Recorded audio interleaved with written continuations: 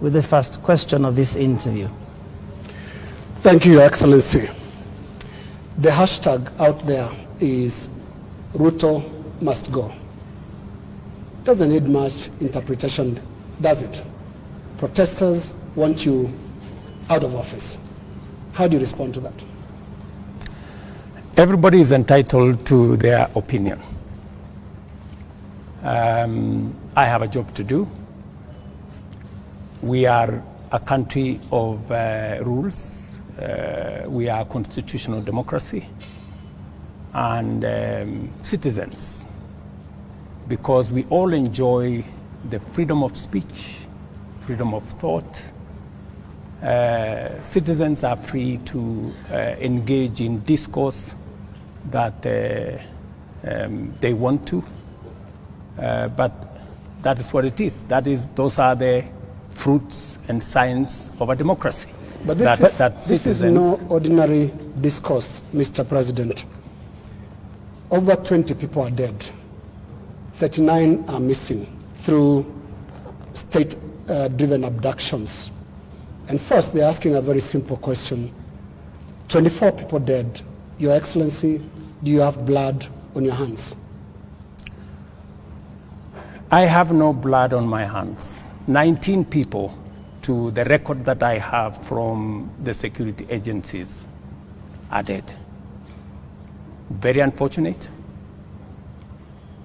As a democracy, that should not be part of our conversation. 2.4 billion of property has been destroyed. The Office of the Chief Justice has been burnt. City Hall has been burnt. Parliament has been burnt. That is the situation. Let's turn lives. Let's turn lives, Your Excellency. 19 let's people turn lives, dead. Your Excellency. We have 19 I said people 24. Dead. You said 19. Let's turn lives. And number two, Your Excellency. On abductions. Your Excellency, let's turn lives. There are people who are burying their children, whether they're 19 or 24. And they're watching now, and they want to see how you feel about the deaths. Give us your feelings, Your Excellency. Let me tell you. And we could give examples, Your Excellency. There is a 12-year-old boy, Kennedy Onyango from Rongai, whose mother narrated how his boy was basically just going to get books for his schoolwork. There is Rex Masai, who was shot in the middle of the street in Nairobi. And these are real human beings. Don't you feel a sense of responsibility for what is going on in the country? Let me tell you the following. Any life that is lost is something that must bother anybody, beginning with myself. And it is the reason why I have told you that when I came into office, I said three things. Number one, I said there will be no extrajudicial killing in Kenya. That's number one. And I have made sure that there is no extrajudicial killing in Kenya. That's number one. Number two, when I came into office, I said I want an independent police service. And I did sign the necessary instruments so that the police does not need permission, does not need authority, and does not report to the office of the president.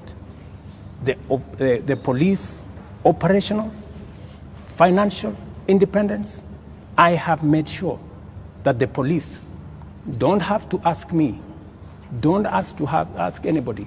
They operate independently.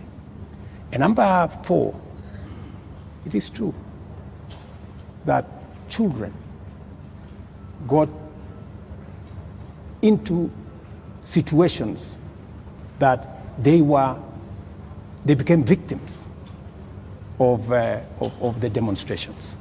What started to all of us, and I have spoken about it, I have said, the young people who have stepped forward to engage in the political discourse of their country in a peaceful manner, tribeless, are a welcome development in Kenya. That I said. But let me also say the following. These great young people who have stepped forward to prosecute their agenda, the affairs of the country, I am certain that they did not ban parliament. Criminals and other agents who took advantage of a legitimate concern of Kenyans stepped in, went and banned the Chief Justice's office, went and banned City Hall, went and banned Parliament, and destroyed property of innocent citizens. The parents, Mr. President, So, what are you telling them? These things have I am happened telling under your watch. I am telling under your every- watch. I am telling every parent. I have kids like they do. And I care when there are issues in town where criminals can take advantage of situations and create a situation where the police have to use rubber bullets, the police have to use live bullets in some cases, because that is what an independent police service has to do. And I am sure the police have a record and have an explanation for every incident that they were engaged And in. here is the incident, Mr. President. have they Just a moment. given you- Here is the incident, Mr. President. This boy, 12-year-old, took 8 bullets into the body of a 12-year-old boy. What would you tell the mother of that boy? That boy is alive, right? No, it's not. Kennedy Onyango died. He's dead. So he's the one who died. Yes. So you're not talking about the person who was shot with rubber bullets, No. No. yeah? Shot with bullets 8 times. Let me tell you, Yeah. in Ngong, this is the situation in Ngong, right? In Ngong, there was an incident where the police were overpowered by criminals. They took firearm from the police. They used that firearm against people. And one policeman had to shoot this fellow who had hijacked a gun from a policeman so that not to endanger the lives of more citizens. It is among the 3 people. One of the criminals is among the 3 people who was shot by the police after they overpowered the police and took the bullet and took the gun from the police and used it against innocent citizens. I cannot confirm to you that this is not the man that shot the child, but investigations are going on and we will get to the bottom of it. Mr. President, I am telling the mother of this young person that I, as president, will make sure that finally I will give her an explanation of what really happened and make sure that we bring this to a situation where, like her, like myself who have children, she too her child can be accounted for. Mr. President, the Kenya National Commission on Human Rights is the one that has accounted for 24 bodies lying in morgues. And those bodies, the records show that these people either died in hospital and while undergoing treatment for gunshot wounds, or they ended up in the morgue in the last 2 weeks with gunshot wounds. 24. These 24, Mr. President, are you saying that the security agencies have told you that these 24 were criminals, that these 24 were armed, they were posing a danger to the police officers, and that is what necessitated the police to use live bullets on them?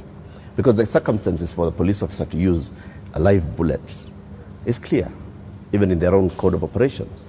It is when the life of that police officer is in danger, or when somebody else's life is clearly in danger, and the person who is endangering that person is armed. Were the 24 armed? Did they pose a danger, a direct threat to the police? 2 things. The same Kenya Human Rights Commission, Kenya National Commission. Kenya National Commission, The government agency. Yeah, the government agency. Yes. Told the nation that there was a massacre in Githurai and 20 people were killed in Githurai. Were 20 people killed in Githurai? Really?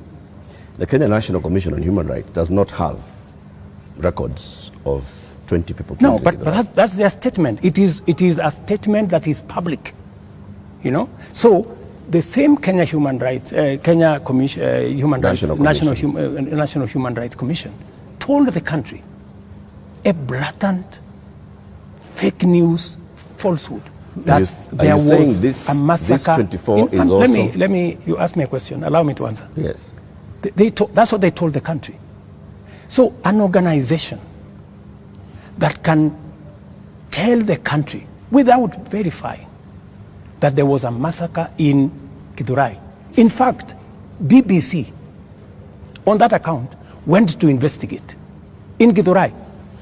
And of course, you know, you have read, BBC has said there was no massacre in Githurai. Mr. President, there was one person who was shot by the police. Let me answer. So, an organization that is as reckless as to say there was a massacre when there was none, now is telling us there are 24, the police are saying 19. We will find out where the numbers are. But that is the credibility of the organization that you are telling. Mr. President, that may well be. Let me also... My question, just on Mr. that President, issue, was... so that Eric can follow up. The people who died... Yeah, that's where I'm coming. Were they a danger to the police? That's where I'm coming. Are they the criminals that you're talking about? Let me tell you two things. There will be an investigation on how these 19 Kenyans died. There will be a clarity, an explanation for each and every one of them. I have told you one situation where somebody accosted the police, took over the firearm, started to shoot at people, endangering the lives of many other Kenyans. He was shot by the police. There is a situation in Parliament.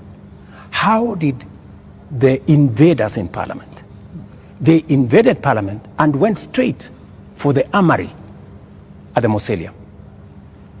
They went straight at the armory at the Sergeant at Arms office. Those are the investigations that we will get into, and a proper explanation will be given to the country. Are weapons lost? What I am saying... Are the weapons at the armories and the mausoleum and inside Parliament? That is why there will be an investigation of how these armories were attacked and how did these people know that there was an armory in Parliament. Mr. President, you may not believe the Kenya National Commission on Human Rights, but surely you would believe your own deputy who has said there's been a return to extrajudicial killings and abductions, contrary to what you and him promised the people of Kenya. Let me tell you, I am the president and I speak for the government of Kenya, right? And so this is what I am telling you. I made 3 commitments. That I will make sure the police is independent. And I did that on my first day in office. Number 2, I said there will be no extrajudicial killing in Kenya. I have kept my promise. Number 3, I have told you that if there is any arrest by the police, that does not amount to an abduction. In my very honest opinion. Let's pause for a moment, Mr. President, and I just want us to go to that video over there, which will play on air, and let's pause and watch it together, Your Excellency. Let's watch this video. Sell them to the people of Kenya. There are enough intelligent people in Kenya to differentiate what is good from what is better and what is best. Ni jambo mbaya sana kama tutatumia askari polisi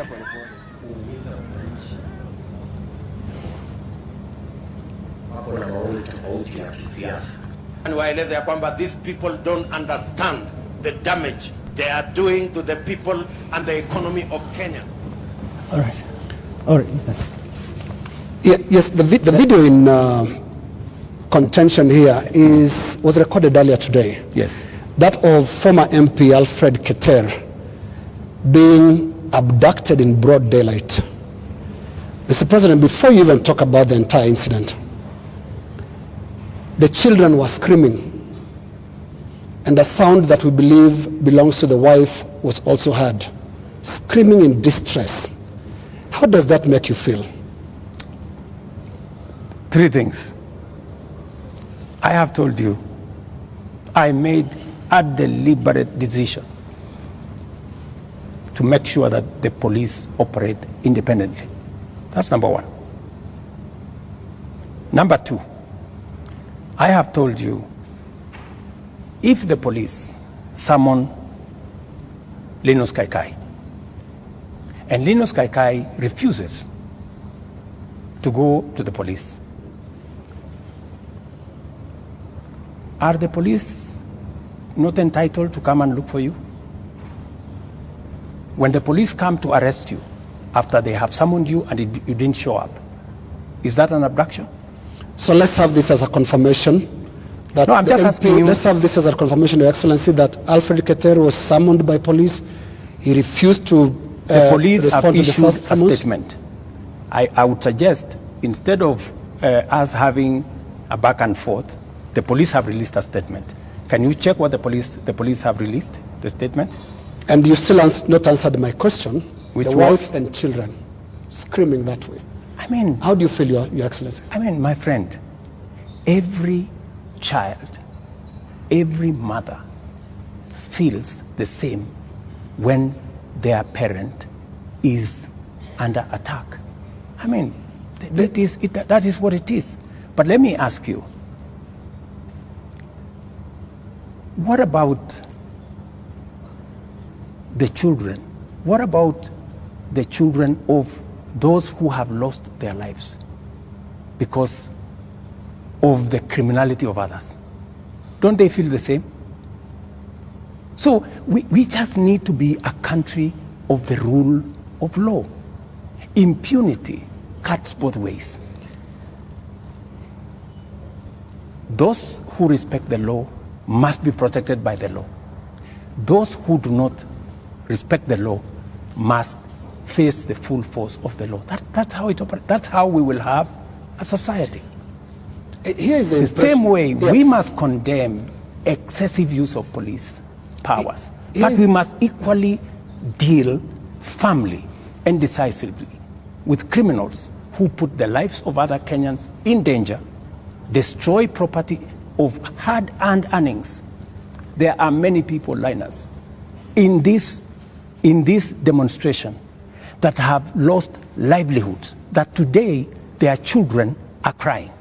Today their wives are in tears because they don't know how to face tomorrow. Mr. President, their businesses have been wiped out. Yeah. Their incomes have been destroyed. I have just told you 2.4 billion shillings worth of business has been destroyed. I hear you, and today, as I talk to you this evening, there are families who have tears.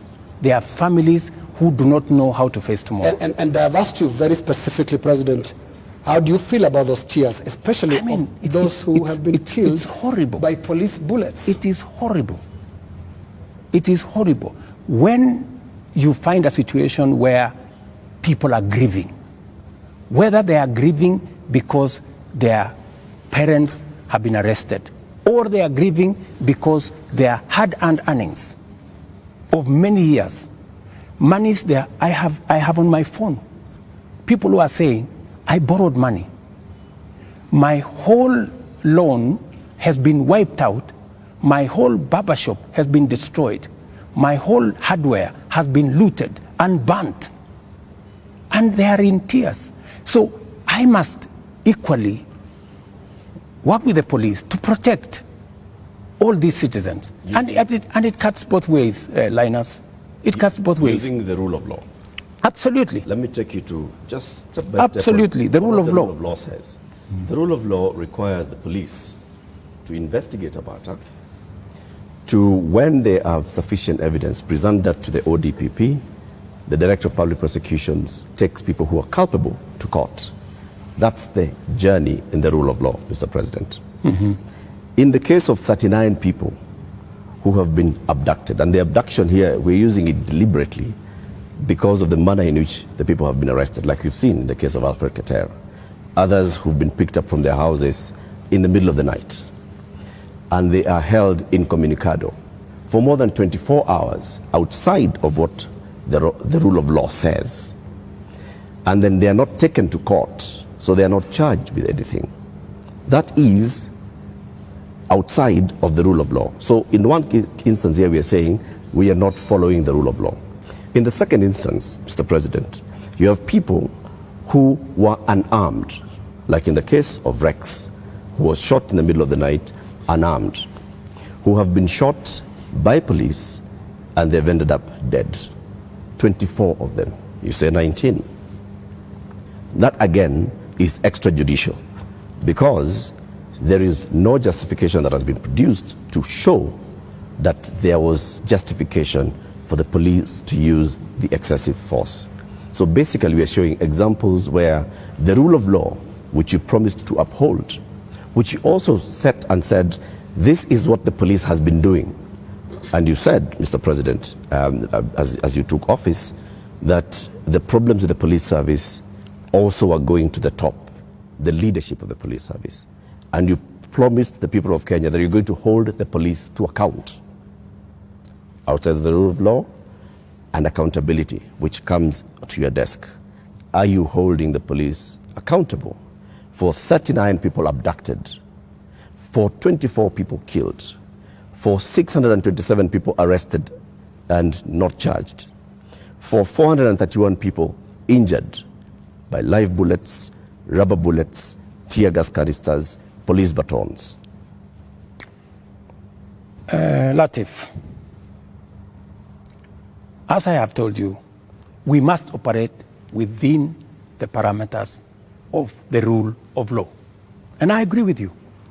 The police must never act outside the framework of the rule of law. They must do that which only the Constitution and the law allows them to do. And it is very clear that any operation of the police outside the parameters of the law, the police will be held to account. Whether it is holding citizens beyond the stipulated time, but I must be thoroughly clear to you. When police arrest somebody, there is a constitutional timeline which they are allowed by the law to hold that person. 24 hours. That does not amount to an abduction. 24 hours. In my opinion.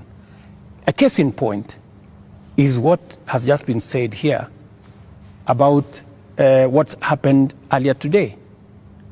And you guys clearly said in this conference that it was an abduction. I mean, it's just clear now that it is not an abduction. They're not this is an arrest. And the police have come forward to say, this is the situation, we have arrested this person, and it is just good for us to all of us follow the law.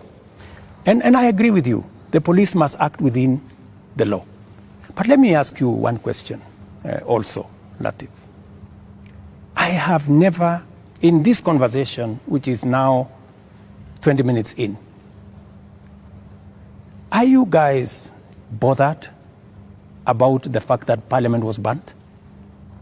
Are you guys concerned that millions of businesses, of Kenyans, hardworking Kenyans, were destroyed? How do you feel? But it all happened. How do you feel? It all happened under your watch, Mr. President. No, but this is at the end of the day, this is why we are saying you sought to keep us safe. We must be even. You know, we must be even. The police have a difficult job. They have to make sure the peaceful demonstrators are protected. But they also must make sure that the criminals, and when you say criminals, you know, when I said the other day criminals, many people took offense that I was calling the demonstrators criminals. That's not. Families of the dead, Your Excellency, that is not. That's a lot of offense. Family of Rex. Rex was killed in a week when the protesters were very peaceful. The first week of these protests were peaceful.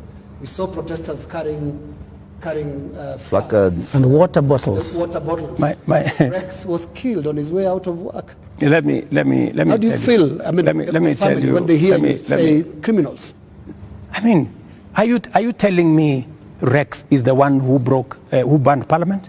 But Rex died without breaking anything. No, I'm just telling you. He died You know, before. Rex There for are nothing. criminals Yeah. who infiltrated and caused mayhem.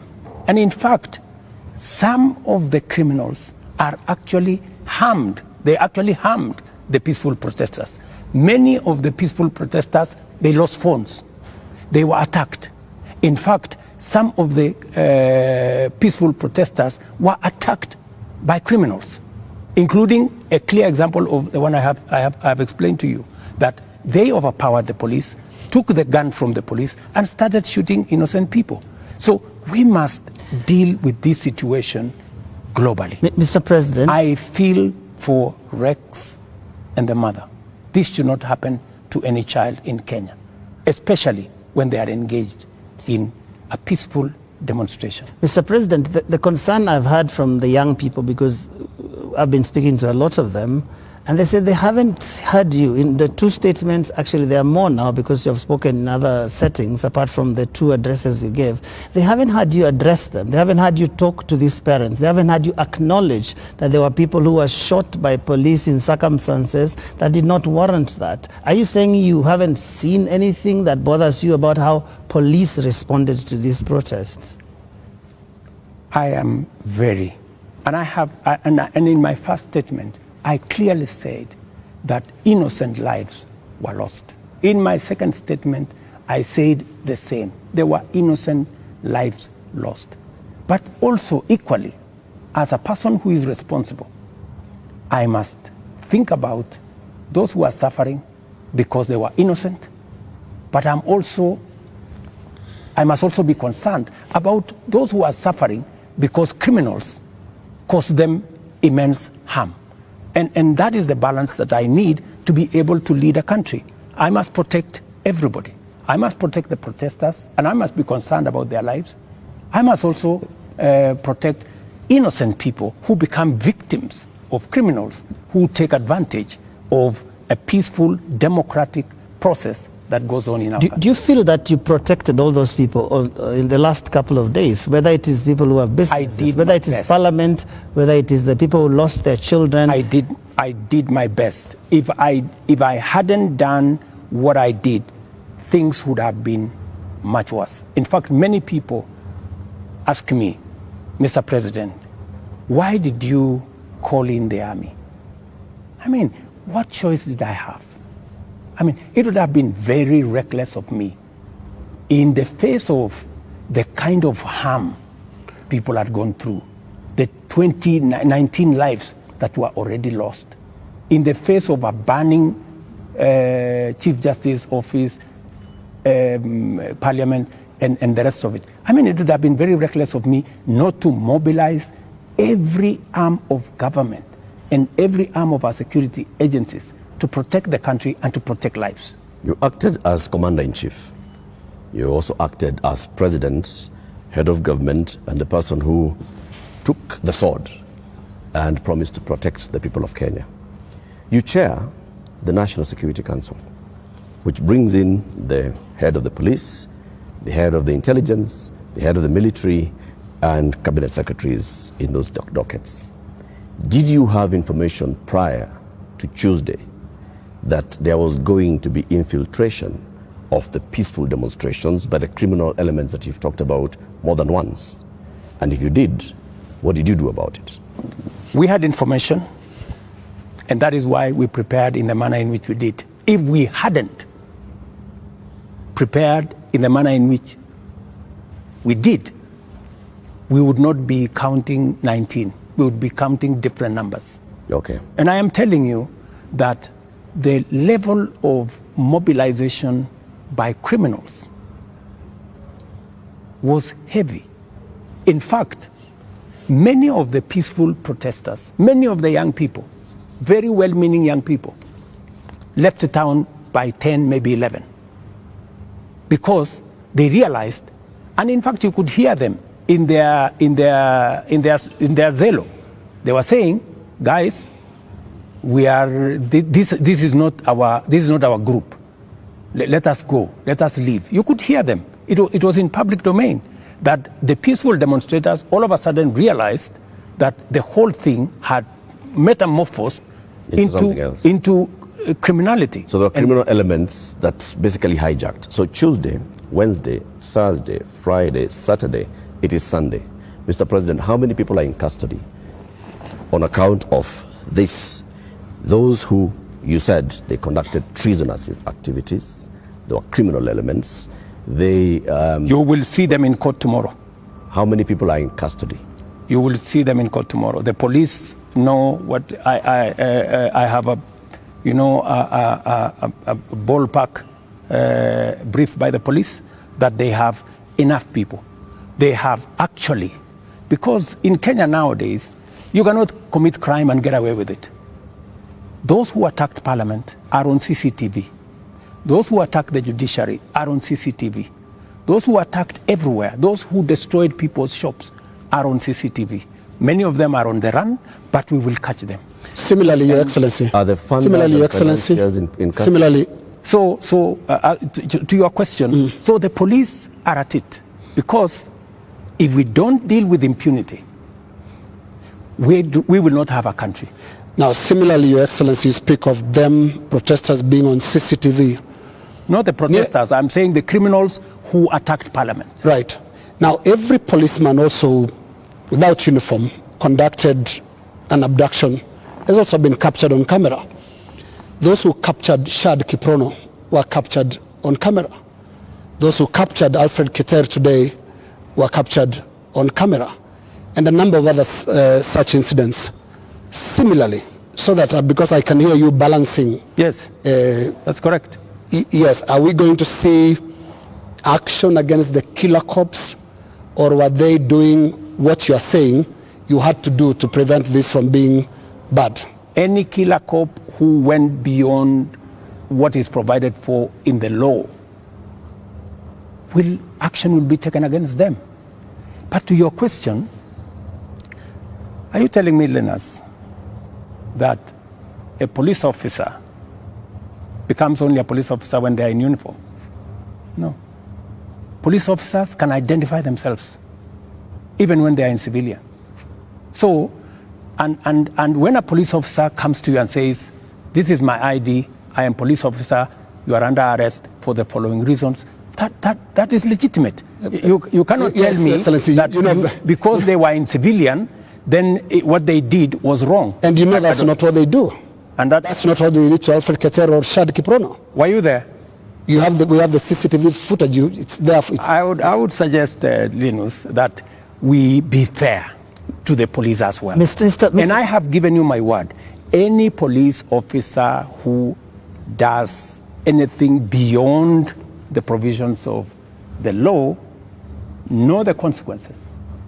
Just as any citizen who also participates in actions that are outside the law, they also know the consequences. And it is our responsibility to make sure that security agencies act in accordance with the law. As citizens, we act in accordance with the law so that we can have a law-abiding, rules-based, rule of law-based country. As things stand now, Mr. President, are you satisfied with how the police handled this whole matter? I think the police have done the best they could. If there are any excesses, we have mechanisms to make sure that those excesses are dealt with. Let's wrap it this way, Your Excellency, on that topic. You have absolutely no regrets about the abductions and no regrets about the killings? Those are your words. Those are not mine. They're also your deputy's words. Don't put words in my mouth. They're also your deputy's words, and he's part of your government, because it's so scary, Mr. President, sitting there and telling the whole country that from this moment on, we should not believe what your deputy tells us about the state of the nation until you speak. Yet we all thought that you're part of the same government. Don't inject my deputy into this conversation. I think it is not fair, since he's not here, to tell you in what context he said whatever he said. I think it is not proper to discuss the deputy president here, and he's my deputy. Please let me deal. But have you asked him that you had a press conference? Deal with the issues as they are now. I think being personal and going that direction does not help. I wish this was personal, Mr. President, but it's a really serious national issue that right after you spoke, your deputy told the whole world that he was informing us that extrajudicial killings and abductions had returned to this government that he is part of. How surely can that be personal, Mr. President? I am sure that if you interview the deputy president, he will answer that appropriately. You haven't asked him? You can take it from me that extrajudicial killing will not be part of an administration that I run. I can say that without fear of any contradiction. Yes, in the interest of moving this conversation forward, Your Excellency, I want us to look into the last 2 extraordinary weeks that this country has had. Protests that you called tribeless and some of your aides call leaderless. But protests that are led by young people who are unhappy with how you've run this country for the last just under 2 years now. But the question they have as they look at you and watch as you speak today, Your Excellency, do you get it? I get it. Let me tell you, my good friend Linus, what we are facing today is not a product of 2 years. What we are facing today is a product of many years. We've had a problem, a youth bulge, a demographic challenge as a nation, which we have ignored for very long. For the first time,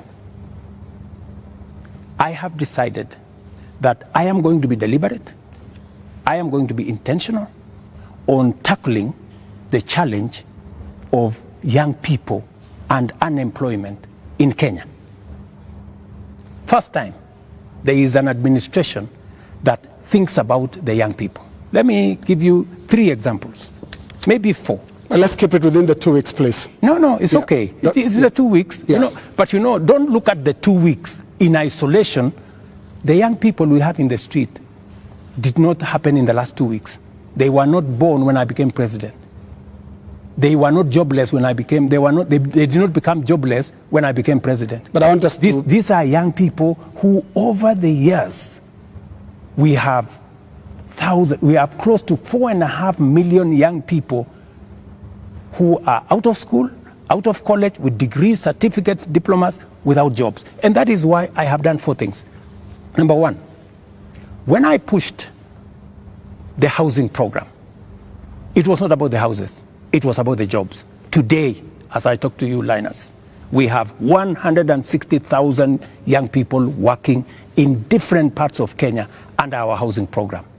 In Mukuru, here in Nairobi, and I challenge you, Linus, to go there tomorrow, there are close to 4,000 young people working who were jobless. Number 2, I have a whole program on digital jobs. I was in Ruto now, with the MP just allow me. Allow me to interrupt you. No, allow me. There are risks on both ends of this interview. No, you told me about Your Excellency, the young people. To talk about the last 2 weeks. The young people are saying, you don't get it. You don't understand what they're talking about. Now, what is the trigger here? They're saying there was this conversation about the finance bill that your government, until the other day, could not listen to anybody. It's not about the housing project. It's about listening. They are saying yours is not a listening presidency, and yours is not a listening government. How best can I listen to the young people of Kenya if I am not addressing their issues? And that is why I want to tell you, Linus, these young people, what is their biggest issue? They have talents. They have gone to school. They have no jobs. That is the problem. And I am addressing those issues. Housing is one of them. Digital jobs is another. I was in Ruto with Simon Kingara, the MP for Ruto, launching an ICT hub that is actually hiring already 5,000 young people. Our whole plan, including what was in the finance bill, was to increase CDF by 10 billion shillings to roll out ICT hubs in every ward in the Republic of Kenya, so that we can hire young people, train them, put them on digital jobs. I have a third program on export of labor. Mr. President, I have a fourth program on manufacturing, to be able to create more opportunities for the young people of our country. And we want to inform you, they're no longer just talking about things that can be done to them as a demographic. They are looking at the big picture. Finance bill brought them out. And when did they come in? They came in after all public participation forums were not listened to. Kenya Association of Manufacturers spoke to the parliamentary committee, same thing, and said this is a bad bill. Association of Insurance spoke to the parliamentary team, this is a bad bill. We had a big conversation on national television, this is a bad bill. You did not listen. You had a meeting here with your UDA MPs, and at some point told them to pass it as it is. And until the last week, that was the first Tuesday when the protests were there, when now you offered to some amendments. They're saying you're just not listening, and it's not about them, it's about the big picture issues, and we'll come to them, including the question of corruption, which is not really a youth thing. Indeed, Mr. And just to add on to that, Mr. President, respectfully, Mr. President, I just want to come in your analysis. I just want to add on to that, Mr. Because I want to add on let me just finish it. It's the same question. It's the same question. Mr. President, if you went into all the X spaces where the youth are speaking, if you looked at the demonstrations and what they were saying, the placards they are carrying, none of them has talked about we don't have jobs. None of them have talked about the housing jobs are not enough for us. None of them have talked anything about what you have mentioned. So it's not that they are not seeing about the jobs. It is beyond that, Mr. President. And respectfully, I want to put it to you that you're not hearing what they're saying. In fact, we only had after the protests, after all those things you described, that's the time that you came and said, I have listened. Let me tell you the following. The rejection of the finance bill, and this goes to what Linus has said, that we didn't hear anything. Let me tell you, the process of a finance bill, in fact, you know, many people believe in Kenya that the finance bill is an invention of William Ruto. It is not an invention of William Ruto. The finance bill is an instrument that has been with us ever since independence. Only that we have made it much more transparent. Only that we have brought out more to the public. And that is why there is greater interrogation of what government is doing, especially after the new constitution that made public participation not a sterile provision of the constitution, but public participation to be an integral part of lawmaking, an integral part of managing the country. Let me tell you, when we took the bill, when we formulated the bill, it had 346 billion of new revenue. When MPs went out to the public said, we don't think this is good. We don't think this is good. It was reduced by 140 something billion shillings. It remained just 200 billion. Doesn't that amount to listening? No, it doesn't. That the public said, reduce this by... No, it doesn't, Mr. President. And that's why I said reject it. Just wait. No, we are talking about listening. Yeah. Just relax. We're talking about listening, okay? So the public said, reduce this by 146. We sat down, we cut down the areas, we reduced it to 200. What went into the space was the people who wanted to mislead the public, to say, oh, you see, in fact, everything you have been told is still there, this was not removed, these people are not listening, these people are not listening. And let me tell you, my good friend Latif,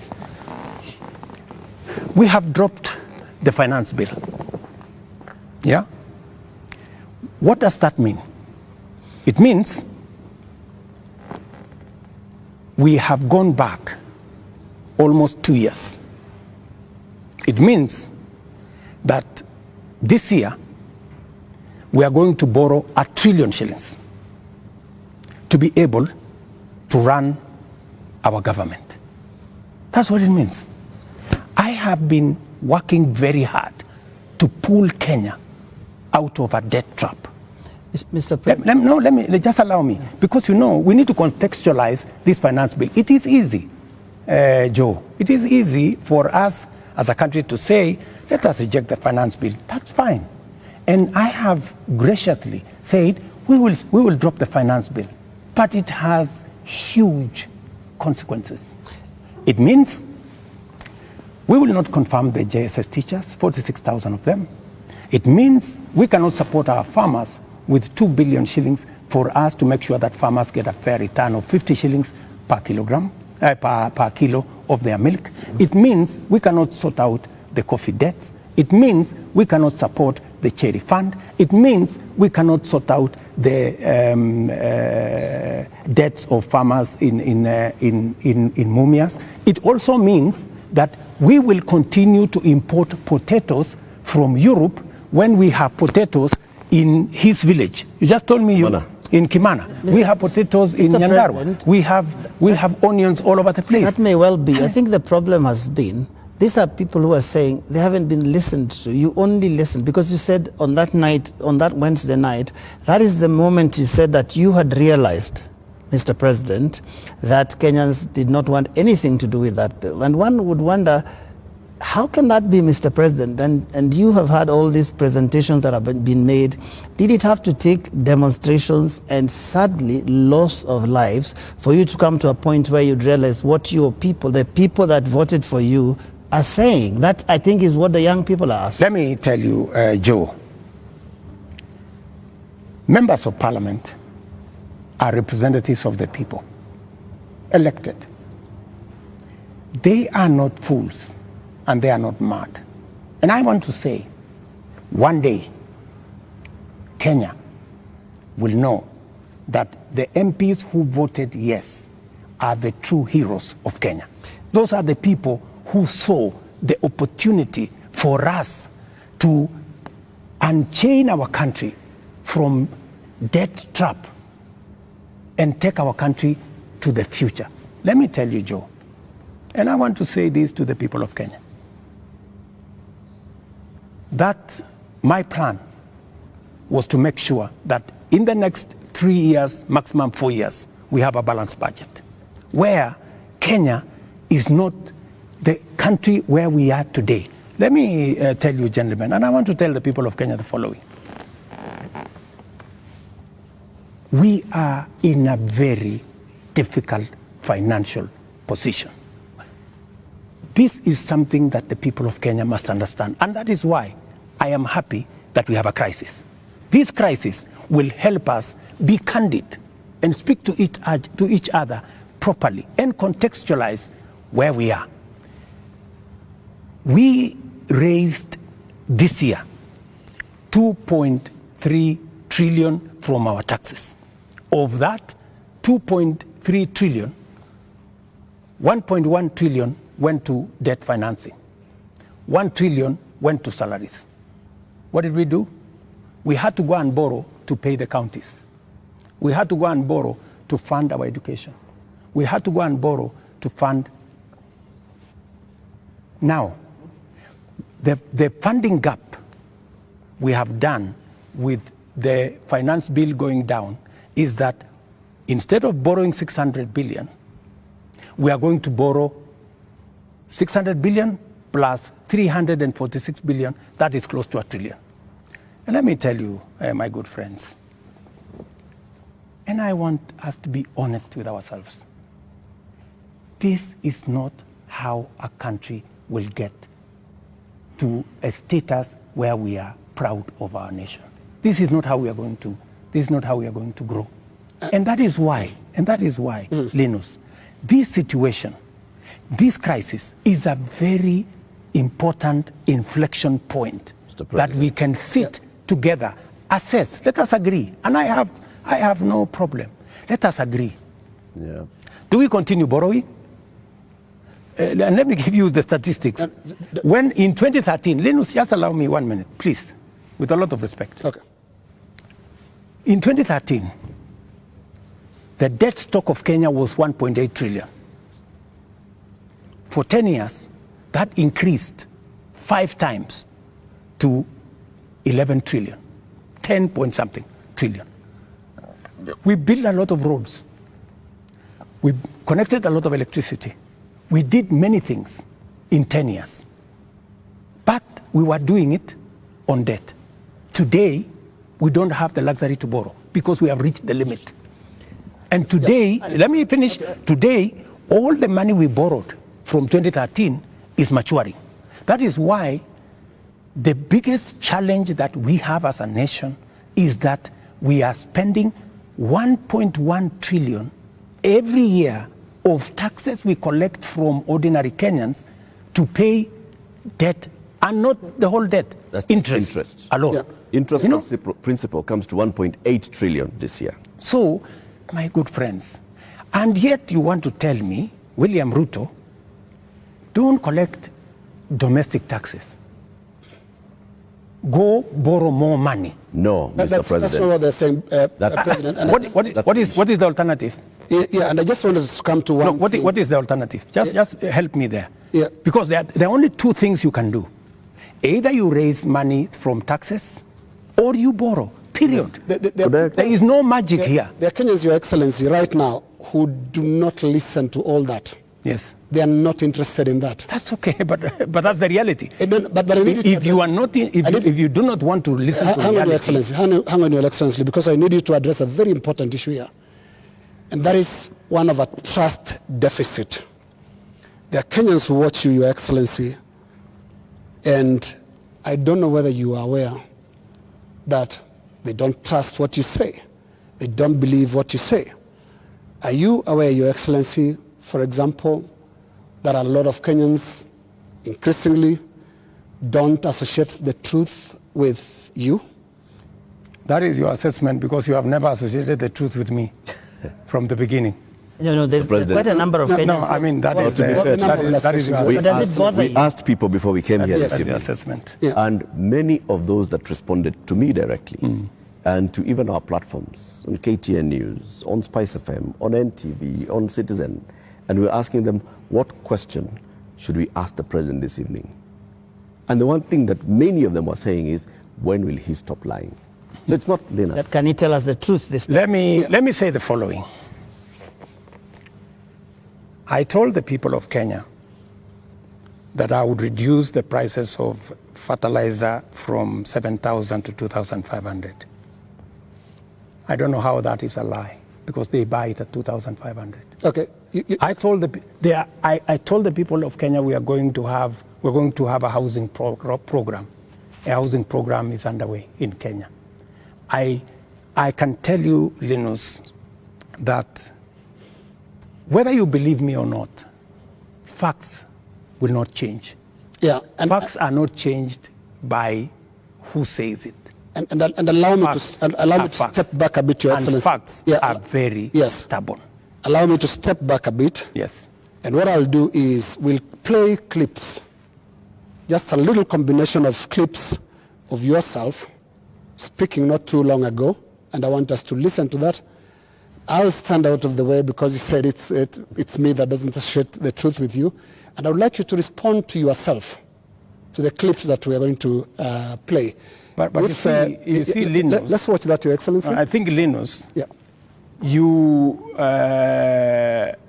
don't bring clips that are in a biased way. You know, you select maybe something that has not happened. No. Can you be fair and select clips across the board? What I said and has been done, and what I said and maybe has not been done. So let's watch that. Maybe you can watch that. Yeah. Waeleze ya kwamba these people don't understand the damage they are doing to the people and the economy of Kenya. Kwa hii taxes wanaongeza usiku na mchana. Na mimi nataka niwaulize watu wa hapa Manga, tafadhali, mkiona tumesimama hapa mbele yenu, tunawaambia ya kwamba tutengeneze hiyo serikali inakuja ambayo inaelewa lugha ya mwananchi wa kawaida.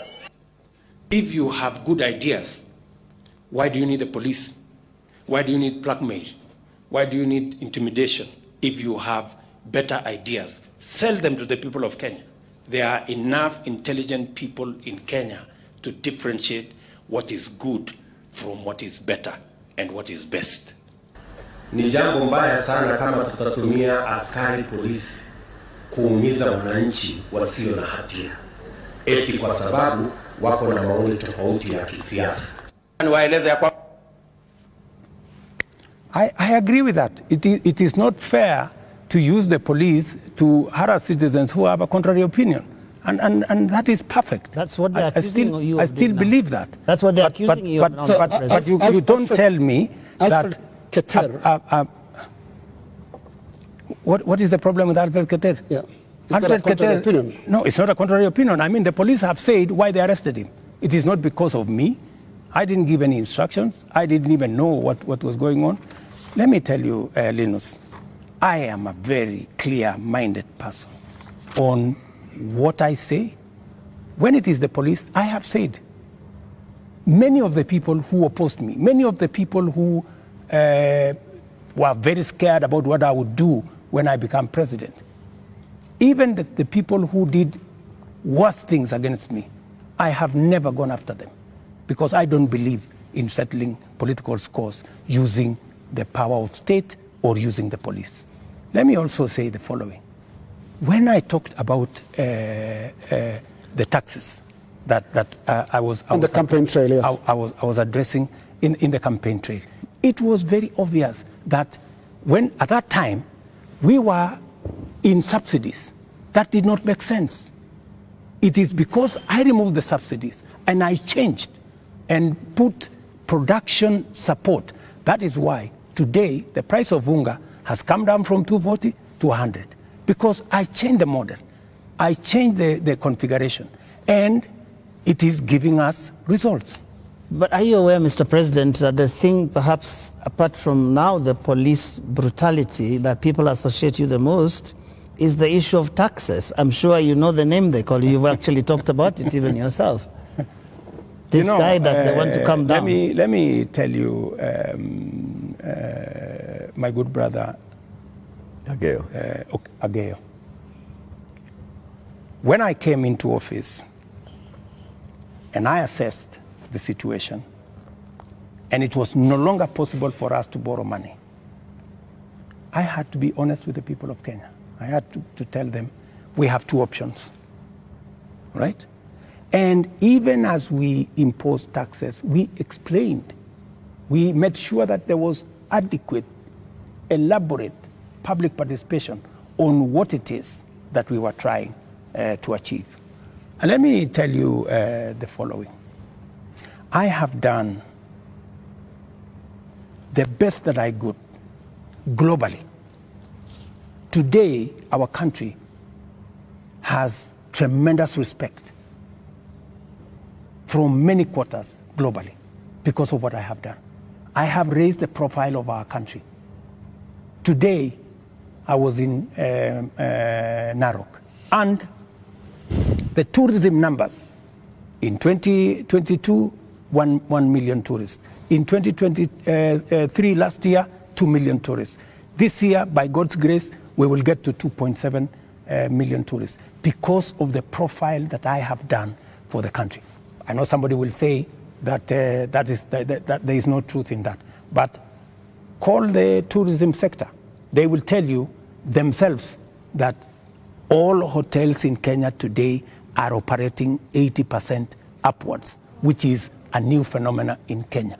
I will also tell you that the international community have developed enormous confidence in Kenya. I see people who are saying, why did William Ruto go to China? Why did William Ruto go to Europe? Why did William Ruto go to America? Let me just tell you the following.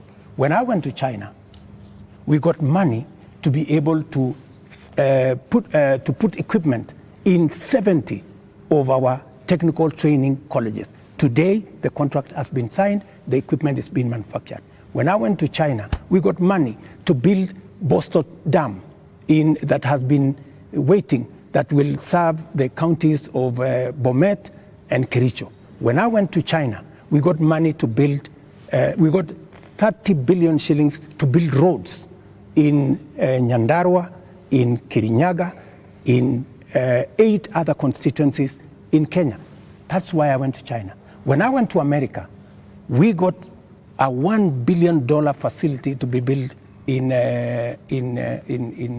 Naivasha that is going to be the biggest data center in Africa, funded by UAE, working with Microsoft and Kenya.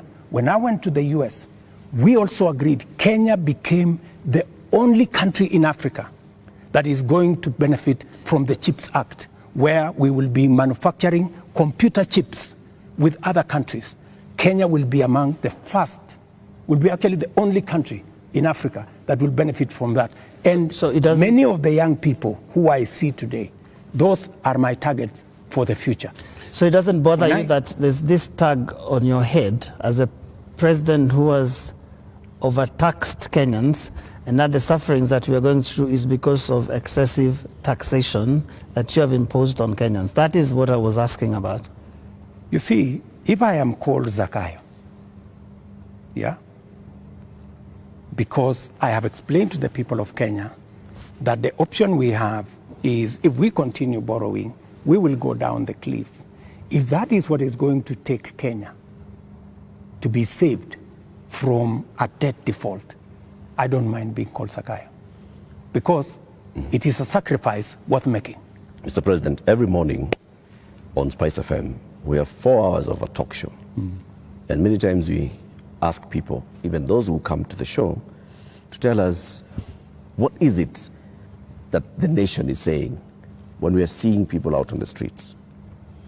And many of them, even when we said that we were coming, you have invited us to come and have this conversation this evening, they said, tell the president that he's tone deaf. And we ask why and how. And they say, when William Ruto took over as president, he took over a budget of 3.2 trillion shillings. He went to Parliament and he said, Honorable Speakers, I believe that this budget is too high. We should cut it by 300 billion shillings. So you believed barely 1.5 years ago that you can run the country with 2.9 trillion shillings. Barely a few months, you went to Parliament and requested to spend 3.6 trillion shillings. This year, you went to Parliament and initially requested to spend 4.2 trillion shillings. And what do they see in return? They see extravagance in government. They see a government that is pushing gung-ho to employ new people called SIASAs.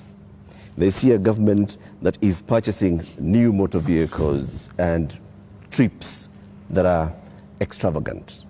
They see opulence with those that are close to the president appearing in public carrying wads of cash. They see condescending attitude from those who serve in this government when they're asked, why are you spending? And they respond the way they respond. Your advisors speaking the same.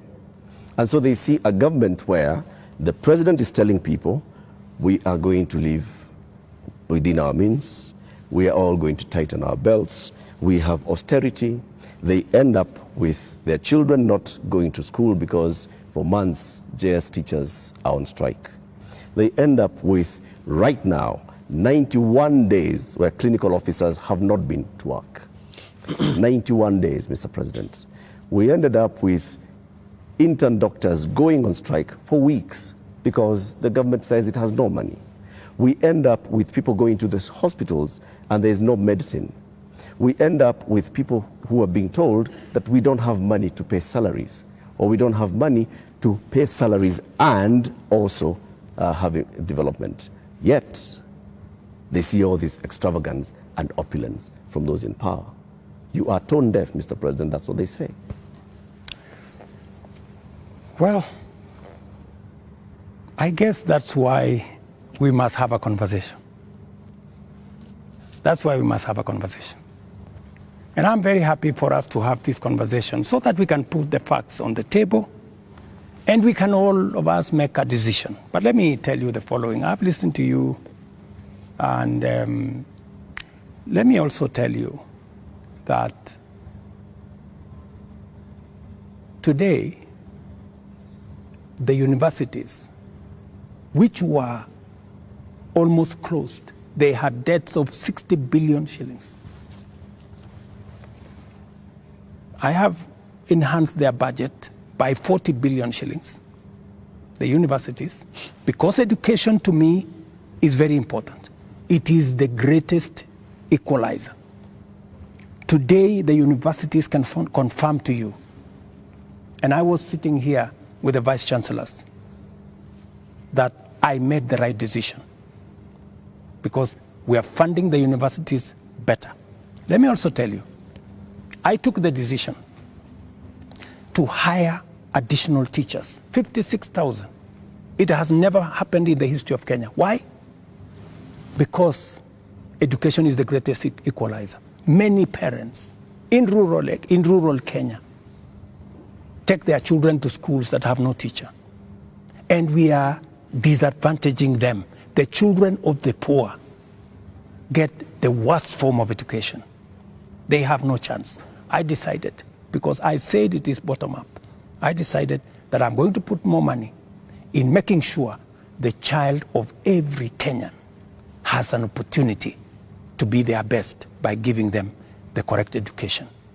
I decided that I am going to put money in farming. The first year, I put 10 billion shillings in fertilizer subsidy, a program that had been scrapped for 5 years. The difference is obvious. Today, by God's grace, we have a harvest.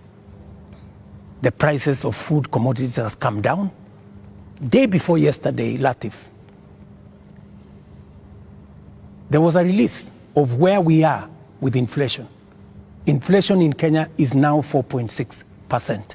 When I came into office, it was 9%. Inflation coming from food products. It was reported not by me, by the institutions that are charged, 4.6%. We have, where I have invested money, I can account for it. Right. And it is making a difference in the lives Their of concern many. is on extravagance in government. I will come to opulence in government. on opulence and extravagance. Every trip I have made, I have not made any trip outside Kenya to go and do things that are of no benefit to this nation. I can account for every trip that I have made outside our nation, whether it is on projects or programs or investments or even the profiling of this country to put it in good standing for us to attract investment. In fact, the Nairobi Stock Exchange, which was almost closed, was rated the best in the world.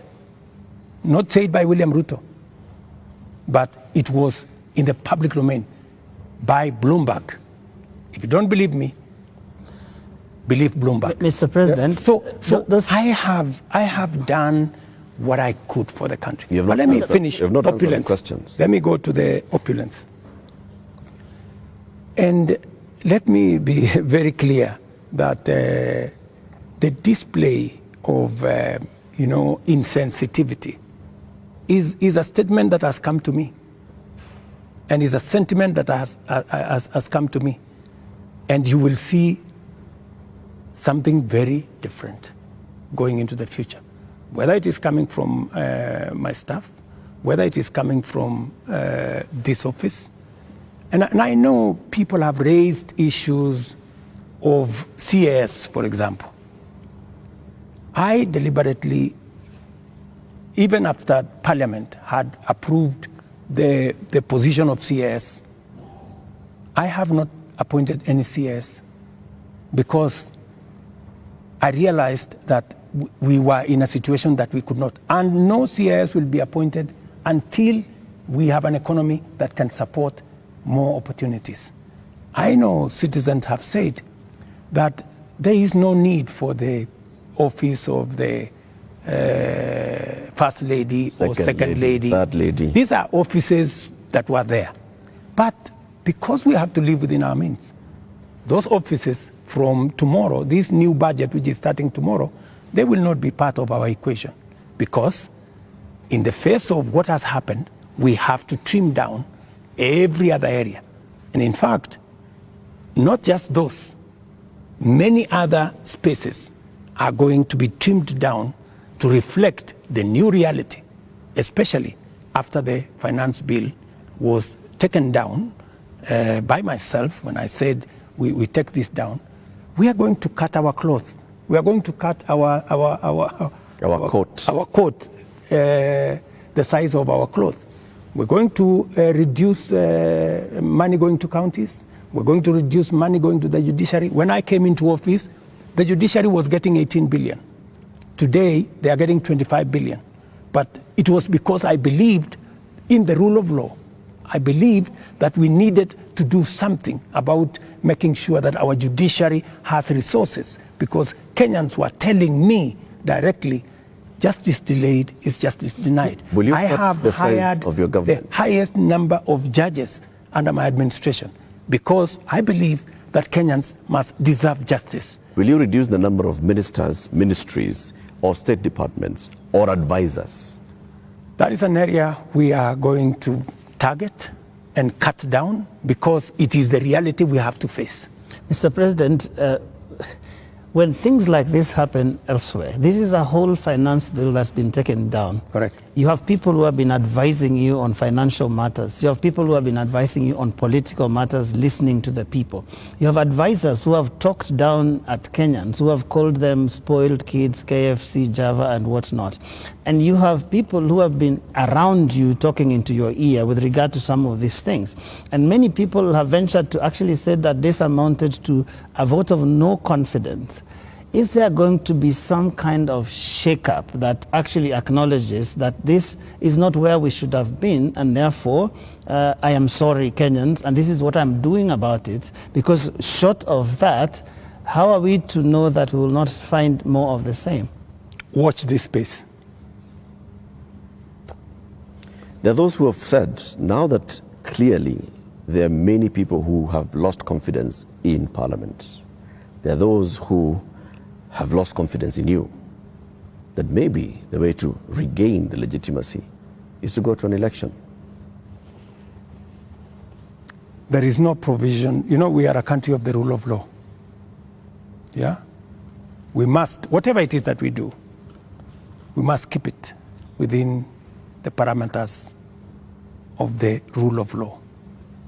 And we cannot take what has happened over the last 2 weeks or thereabout and say we are going to abrogate our constitution. I think we will be going towards anarchy. And I don't think that is where we want to take our country. There is a demand on me as president, and I have said,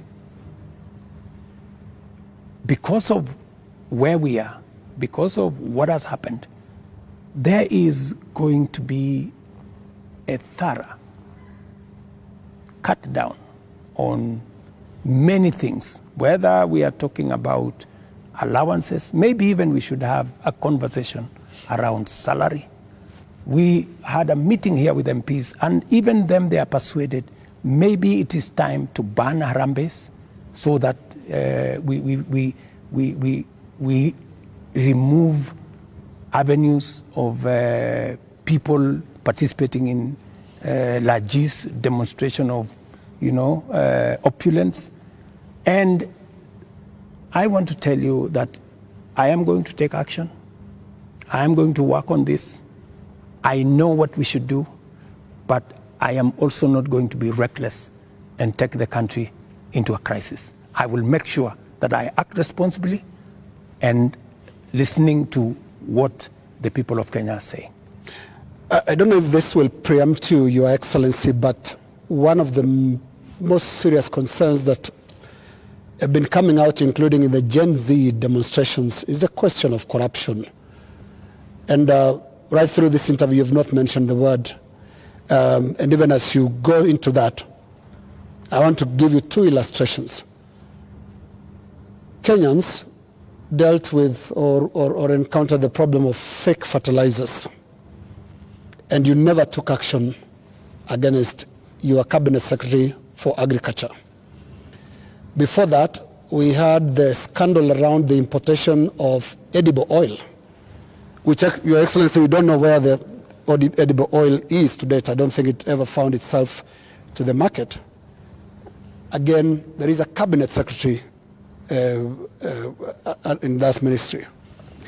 And also, what got into the market was condemned sugar.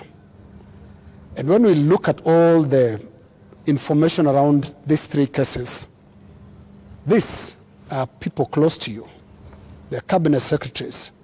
And so you are unable to take action against them.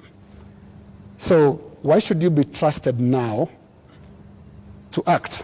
Because there are those who read and say you are really a hostage of those who campaigned for you to become president. They get away with anything. Three things, Linus. We hadn't reached the question of corruption. So don't unfairly accuse me that I have not spoken to it. I am ready to speak about it. So that's number one. Number two, I fired the CEO of KEBS when the sugar thing came up. Number two, on fake fertilizer, the minister, Mithika Linturi, was taken through a process in Parliament. The CEO of National Cereals Board, the general manager of National Cereals Board, and other 7 members of staff are in court as I talk to you. The people who signed the contract, they are in court. You spare big fish and roast the small fish. No, let me just finish. Yeah. Because I need, Linus, you know, I am a fair person, and I am a believer in the rule of law. Even though I may not like you, but I must respect that there is a due process. The moment, you know, we will have a minister who is charged in court, meaning there is evidence that they have participated in crime. Believe you me, I will take the action that is necessary. But if somebody is taken through a process and that process comes out without an indictment, I mean, surely we must give somebody the benefit of doubt until it is proven. And the fact that the CEO, general manager, and all the people that were there who actually evidence was found have been arraigned in court. Isn't that a step in the right direction? What a political responsibility. What a political responsibility. Let me finish. And then number 3, the other one you asked me was edible oil. The people who are involved in edible oil, I fired them, and they are in court. We have a new management in Kenya National Trading Corporation. In fact, we've just hired a new management for the Kenya National Trading Corporation. So those are actions that I have taken. And for your information, void of what Joe is calling political responsibility. Yeah. I mean, but you see, else in the ministry can be. But you see, yes. But you see, gentlemen, if there is no evidence against a minister, surely, do you want me to fire somebody if there is no evidence? You know, there was a time, Uhuru Kenyatta, as I served him as his deputy, removed 6 cabinet secretaries. But eventually, they were found that they were innocent, and we had to appoint them to be ambassadors. You know, so some of these, you know, actions must be tampered with process of law, you know, due process. So unless we follow due process, gentlemen, we will end up being something else. Allow me up to this, just a moment, Eric, in a moment. Because up to this point, Your Excellency, if I don't want us to lose the context, the last 2 weeks have been extraordinary. We've never seen anything like this. You have KDF troops in the streets of Nairobi. Up to this point, Your Excellency, and including on the question that I've just asked you of accountability within your government, do you think you are addressing the grievances that have made thousands of Kenyans across the country in places that were unimaginable to get out to the streets to say Ruto must go? Do you think up to this point they feel you've addressed their grievances? I am not in their space, so I am doing what I believe I should be doing. I have taken the responsibility to withdraw the finance bill with all the attendant consequences. That I have done. I know what it means, and I know where it takes the country, and it is not a simple decision for me to make. And for your information, the finance bill was going to take Kenya big steps forward. But it's a sacrifice I've had to make because of the political reality that we are in. But it will mean counties will have to take maybe 30 billion shillings off their budget. It means we have to reduce CDF by maybe 10 billion shillings. It means we have to rethink about what to do with JSS teachers. It means we have to put on the freezer. We wanted to hire another 20,000 teachers because there are kids who do not have who do not have teachers. It means we have to work on our UHC program. We thought we would upgrade, for example, Linda Mama. You know, we thought we would upgrade Linda Mama. Here's something, Your Excellency. It means we have to hold that, and it means many things. Just hold on, what else do you want to hear? You are speaking outward, but looking at the grievances, they are also asking questions inward from you, Your Excellency. And what I can hear from these grievances that have been expressed quite loudly, you said you are not in their spaces. We sometimes get into the spaces to listen to what they are saying. And all they're saying is you cannot be, for the next 3 years, the president that you've been for the last 2. So what is that you're going to change about? That's why. That's why Linus. Yes. That's why Linus.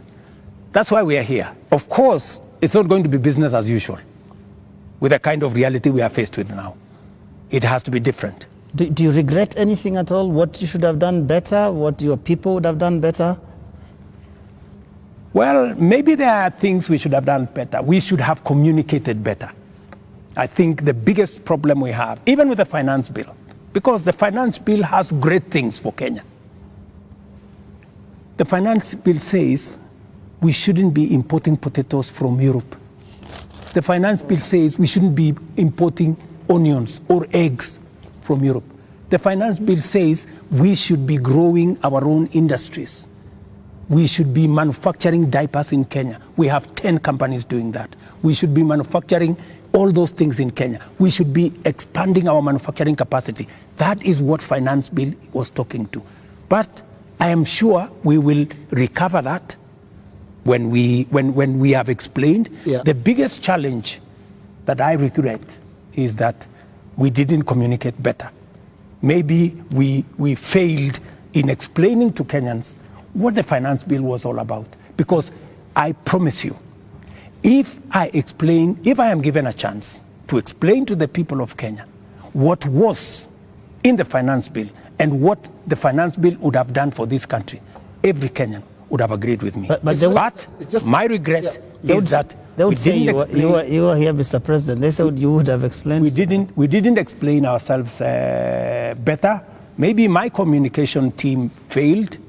Maybe I'm sure my communication team failed. Our communication architecture did not deliver, did not get the message out to the people of Kenya. In fact, if you look at what people were saying, they were saying, for example, there is a matter of land on the finance bill. There was no matter of land in the finance bill, not even a single line.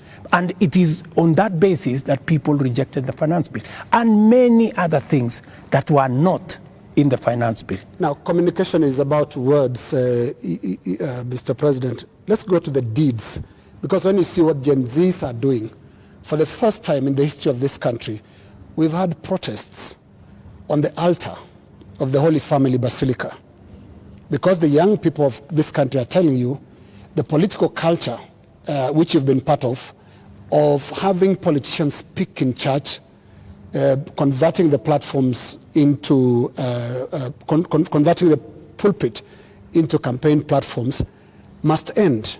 So I'm not hearing you addressing and looking more inward into this whole picture that the Gen Z is painting. They're not just talking about some of those things that you're raising. On that, Linus, I have even had an occasion to speak to church leaders here.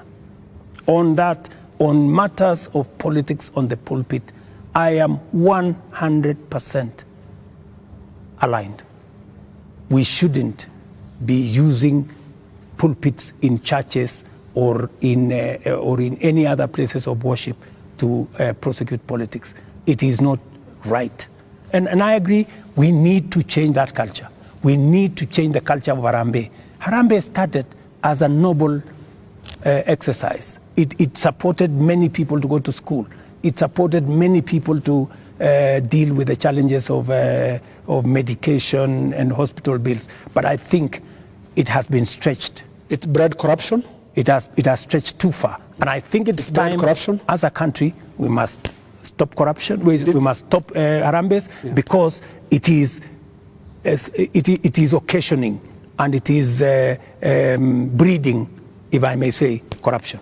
Yeah, because when your aid of a much lower pay grade donates 20 million shillings to a church fundraiser, there is something fundamentally wrong. And that is why this conversation is necessary, so that we can stop it. Conversation, Mr. President. On Wednesday, you said you are hearing that there's what the Gen Zs are saying, and you're going to initiate a conversation. We saw the head of public service release a press release saying that there is now a formation of the National Multi-Sectoral Forum that will bring together all people. And you started having conversation with church leaders. The Gen Z, upon seeing this, are saying, we did not ask for a conversation. We asked for action. So what action is going to precede this conversation? Because the conversation is another talk. It reminds people of the NADCO talks, the BBI talks, IPPG. the IPPG talks that just happen and they just don't end. And people are saying, we want action, Mr. President. But now, we will participate in action, in conversations maybe later. But for now, Mr. President, yes, what's the action? I promised that I will engage the young people. Yeah, I promised. I was just making good my promise. And I promised a multi-sectoral forum, and that's what I have put out. I also promised that these are some of the topics I want us to discuss. I want us to discuss debt. I want us to discuss taxation. I want us to discuss unemployment. I want us to discuss corruption. I want us to discuss these issues. And it was a suggestion, and I am open. I am hearing that the young people are saying, we don't want a multi-sectoral forum. Maybe we should have an engagement with the president on X. And I am open to having an engagement with the young people on a forum that they are comfortable with. If they want me to engage with them on X, I will be there. At this point, Mr. President, do you think you know what the young people want? I have many young people in my house. Are they telling you all is well? The same ones that are in all these other spaces. And they want an engagement. They have ideas. They have suggestions.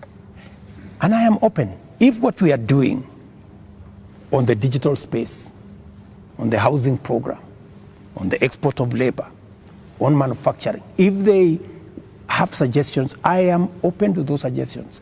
They can improve, they can change, they can make new suggestions. And I also have a responsibility as a father,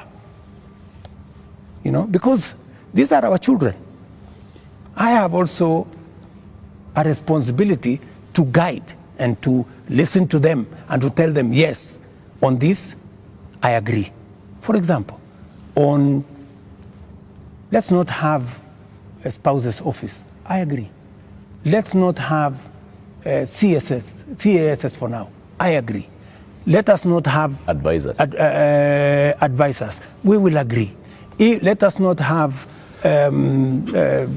churches being a space for politics. I agree. So many of these areas, we need to even have a conversation. If we are paying 46% of our revenues for salaries and wages, when the legally established space should be 35%. That is why I started a conversation with Salaries and Remuneration Commission. We must deal with the issue of wages and salaries so that we bring them down to 35% and leave more money for our development. That is a conversation I am very happy about. When? Mr. President, it's been 2 weeks. It's been 2 weeks of you saying every day we are going to have a conversation. We just you know what they say on social media? I say they call you the president of tutafanya, tutatenga, tutafanya, tutarudi.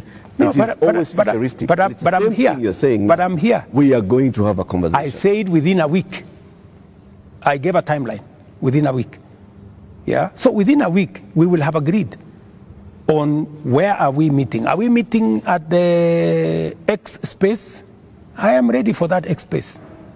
Are we agreeing on this multi-sectoral? I'm waiting to see the suggestions that Kenyans have. I don't want to prescribe any suggestion, but when I give out a suggestion, I expect feedback. I expect people to say, maybe this is okay, maybe this is not okay, and then we agree on a way to move. Mr. President, any of them analyzing what you have actually said tonight on the issue of your advisors, your cabinet, what you're going to do, what Kenyans like to call heads that are going to roll as a result of this national shame, because that is what many people have called it. You have said, watch this space. And here there are all these other things that young people are asking you about. What is that concrete thing that you're telling them tonight that I have heard you? These are the things I've heard you say since all these things started, and this is what I have done. Because you seem to have withdrawn or declined to sign this finance bill rather grudgingly, but not in good faith, having understood what people were saying. You're regretting this thing. You're saying, you guys mutaona, mmekataa lakini mutaona. That is what we're hearing. Let me tell you that I will not lie to the country that putting down the finance bill is going to be easy. I'll not be a leader. I have to be brutally honest. And those consequences, it will start with me. To cut down the budget in my office, to remove what we call austerity, to implement an austerity program that will cut down on unnecessary stuff, unnecessary offices, or offices that we can take down. I am ready to even engage the young people and for them to, because they want an engagement. I too want an engagement for us to agree. So what do we do with the debt? What do we do with the following? What do we do with the following? They will tell me, do this, fire so-and-so, fire so-and-so, do this. And I will tell them what is possible and what I think we could do it differently. Or are you telling me that I should just listen and implement without making a contribution to the conversation? I thought we are having a conversation. I'm just telling you what they are saying. I'm not saying anything else. I'm just telling you what I'm hearing, because yes, you did say you are not in their spaces, but I am in their spaces. And in 2 weeks, Your Excellency, by now you'd have known what you should do. And I mean, there are basics. Which 2 weeks? 2 weeks of the riots and 2 weeks of the protests. It's been 2 weeks. It started the other Monday. So let me ask you, Linus, the protests, I finally decided that because we didn't communicate sufficiently to the people of Kenya the import of the finance bill, and there was so much built around it, including a lot of fake things, you know, that were not in the finance bill. Many things that were not in the finance bill were used to fight the finance bill. And you know, at some point, many people did not even care what was in the finance bill.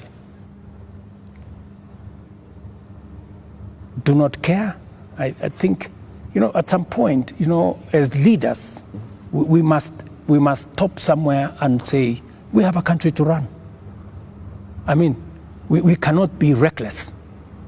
We must, at some point, stop and say, what are the consequences? Because everything we do has consequences. And we must be careful as a nation to make sure that our country does not go down to the dogs. And believe me, countries, you know, have gone in the wrong direction. And we must be careful. And I don't want to be the leader that took the country in the wrong direction. We must be measured, we must be careful, we must listen to the young people, we must listen to other views and be able to make a carefully well thought out plan for the country out of where we are. Yeah, but what if the protesters are actually saying something in totality about your government, not just about the finance bill? It's not about just the finance bill, is it? Linus, as I have told you, we are a democracy. The people of Kenya can make a decision. Yeah?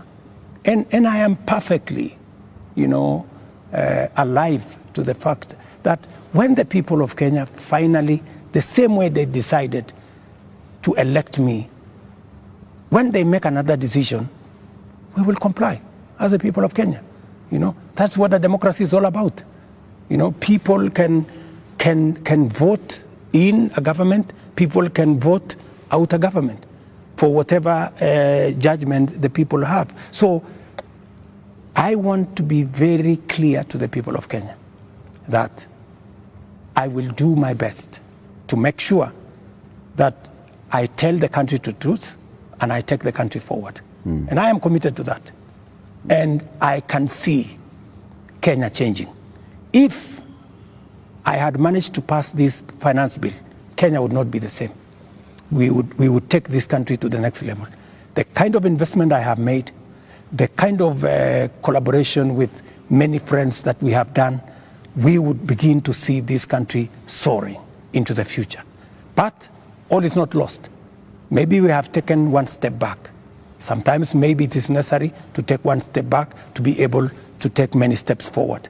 And that is my thinking of this situation. But surely it must bother you, Mr. President, that 2 years ago you ran such a euphoric campaign with things like Hatupangwingwi, and 22 months down the line, your state house is surrounded by the military. The military tanks, scary as they are rolling on the streets of major cities.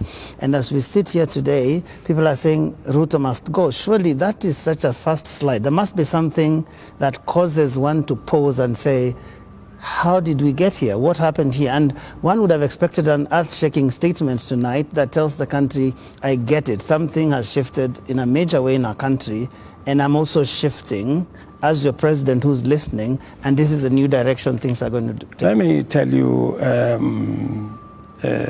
Joe, I came into office at a difficult time. Yeah? We have a combination of coming out of COVID. We have a serious drought that hit our country. We had interest rates that went up everywhere. We went into a very difficult situation. What did many countries do? Many countries went and defaulted. And I don't want to mention countries because it's not right to mention. But almost 8 countries in Africa went down. Many people expected Kenya to be among the 8. But believe you me, I have carefully managed the economy of Kenya. Kenya is not among the countries that have defaulted. If anything, we have running programs in Kenya. We have a whole housing program that is running. We have a whole digital program that is running. We have made changes in our education. We've hired more teachers. We've made sure that we have a new funding model for our universities. We have supported our farmers. We have reduced the cost of living. We have done many things, even in the context of all the challenges that we have had. I am telling you, I came in and I believe I'm the right person to be in this space when Kenya is in a difficult position, because I believe I am the person who can sort out the challenges that faces Kenya at a point like this. But when the public and the protesters, the Gen Z, some of who actually formed the base of your election campaign, are telling you, we are disappointed, you've not delivered. Hashtag Ruto must go. What do you tell them? Let me tell them the following. Good friends, the young people of our nation, my sons and daughters who supported me to win the election. I hear you. In fact, I saw, I think it was on your headline, a gentleman from my village who was saying, the president has let us down. Many children in this village are not getting jobs locally. That is why they are going abroad. Little did he know, my good friend from my village, that the children, the 500 of his colleagues around our village, are actually part of my plan on export of labor. They have actually, I intentionally supported them to leave the country because we got them jobs outside Kenya. So I am telling the young people of our nation to be patient. Our housing program is rolling. We will be hiring more architects, we will be hiring more engineers, we will be hiring more professionals to support our housing program. In the next 2 years, we will have 300, maybe 1,000 people working in that space. Be patient. We are sorting out the challenges that are facing our digital space. We are rolling out our digital space. Young guys, by the end of next year, God willing, we will have a digital hub in every ward in Kenya, because we have already started that process. Every TVET in Kenya today has an ICT hub with young people monetizing their talent. I want to tell them we are full speed into manufacturing. That is why we're saying we're no longer importing clinker, we're no longer importing steel, we're no longer importing clinker, we are no longer importing furniture. We are going to stop importing eggs, we're going to stop importing onions and all this, because we want to promote our local manufacturing to be able to create jobs for them. We are no longer going to be importing diapers or sanitary pads from other countries. They are going to be manufactured here. Mr. President, I have worked with the industries to make sure that we create opportunities for these young people. We are going to work with them to deal with the challenge of corruption. We're going to work with them to cut down on government like this. I am going to make sure that we have a lean government that responds to the reality of where we are as a country. That is what I am telling my good young people. The young people. There's another group of young people. Please speak to them directly. Yes. The young doctors who are in university graduating this year, yes, who are going to look for internship correct, the next year. The young JS teachers who were on strike a couple of weeks ago, who are expecting to be absorbed into full permanent and pensionable contracts correct this year. The young clinical officers also who are graduating and they expect to go on internship. The other clinical officers who are hired on contract during COVID and other programs that are just contracts, and contracts are coming to an end. I am telling the JSS teachers, I had factored in 18 billion shillings in this year's finance bill to be able to transfer them to permanent and pensionable. Because in my phone, so many of them have asked me, Mr. President, we came in, we had an agreement that we are going to be interns for 2 years, we will move to permanent and pensionable. Although I don't have the finance bill, I want to tell them, give me a bit of time, let me figure this out, how we are going to do it without the finance bill. We had also put 3 billion shillings for the doctors so that we can be able to sort them out, especially the intern doctors and those who we intended to hire to under our UHC program. I had put 10 billion shillings on the UHC program under the finance bill. That is now not in the equation. I have to figure out, let them just give me a little time. I'm going to figure it out again because I know and I feel and I made a commitment to them that we will do this. So even in the absence of the finance bill, and even as we cut down on expenditure on many other areas, it is still my commitment that we will see what to do with them so that the job they are doing in teaching our children, in treating our people, do not go to waste. Mr. President, we're almost winding down this, but have you noticed that those young people, they actually have worked out the things that they believe you can take out and still be able to do the important things? Because you seem to have this elaborate plan, and I'm wondering where their views will fit in, because you seem to have this all worked out, but they probably don't want all those things. That is why they have figured out. That is why, you know, part of what I told you, Joe, is communicating, you know, and I hope this time round I find a medium where I can engage, you know, and I am ready to go to this place to engage with them, and I want to tell them this is my plan. Okay, tell me how I can make this better. Tell me this is not good enough, you know, change this, because I have seen some of the demands they have made. They have said that don't hire CASs, and I agree with them. They have said remove the office of the first lady, the spouse of the second lady, and all that, and I have agreed with them. They have said a couple of things that we already are in agreement.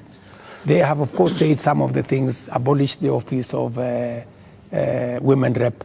I've seen they have also said we should reduce the salaries of MPs to 200,000 or something. Some of those things are things that are not in my power. Those are the things that we need to do a whole of society, a whole of nation approach, so that if we are bringing down salaries from 1.1 trillion to 700 billion, that is something I am willing and I am ready to start with my own salary, going down to salaries of others, so that we can all live within our means. Your Excellency, we're now going to our final questions. And my final question will be about the protests and the deployment of KDF, which you did a few days ago. Now, the Gen Z, millennials, and the online Kenyans that are organizing these protests are promising to be back on the streets on Tuesday. What should we expect on Tuesday when protesters, peaceful as some of them have been, turn up on the streets of Nairobi? Do we expect them to be chased away by the Kenya Defense Forces? First, the Kenya Defense Forces will not be on the street. They only come as a last resort. If the demonstrations will be peaceful, I promise you, the police will be there to protect the demonstrators. But the police will also be there to make sure that the criminals, the fellows who come to burn offices, the fellows who come to loot property, will also be dealt with. That is my commitment. We must all operate within the law, and that is what it is. My final question is on the elephant in the room, the elephant in our budget, public debt. Candidate William Ruto responded to a question during the debate, and he said he's going to commission an audit of the public debt. President William Ruto last year responded to the same question and said it's important for us to audit our public debt. Today's question is when? Public debt is actually a public document where we are as a country. The 10-point-something trillion of our debt is in the public domain. But I am prepared for us to put in forensic experts as part of this exercise so that we can all appreciate, yes, this is what we owe, and then agree, how do we pay? How do we deal with it? In fact, I was in Korea. In fact, Korea, when they had a problem of debt, the whole nation came together. And people contributed gold. Others contributed many things because they wanted to pay their national debt. Maybe we will need that conversation once we are all clear that this is public debt. My question, Mr. President, is when? As soon as we finish this conversation, once we have agreed that this is the way we are going, I will institute the necessary steps to make sure that that debt is audited and it is made public for Kenyans to know this is the public debt. And I'm sure it will not take a month for us to be able to know, what is Kenya's public debt? And then we can take it up from there and go forward. Mr. President, my final question is about your cabinet. Given the things that have happened, given the questions that have been raised about fertilizer, about edible oils, about sugar and all of that, tonight, can you look Kenyans in the eye and tell them you have full confidence in the cabinet that is currently helping you to run the country? The cabinet that I have maybe could have done better. That's not the question, Mr. President. Maybe could have done better. I'm answering your question. Okay. Yeah? Maybe, unless you have a better answer. Allow me to answer. No, I just thought my question was specific, but you can that's go what I'm ahead. saying. So maybe my cabinet would have done better, right? And I am going to do a soul searching on how we need to move forward. All right. Thank you very much, Mr. President, for your time. Ladies and gentlemen, that is where we end this conversation with the President tonight. My colleagues have been Lena Skaikai from Citizen TV, Royal Media Services, and Eric Latif representing KTN News from the Standard Media Group. And my name is Joe Ageyo from NTV. Do have a lovely evening.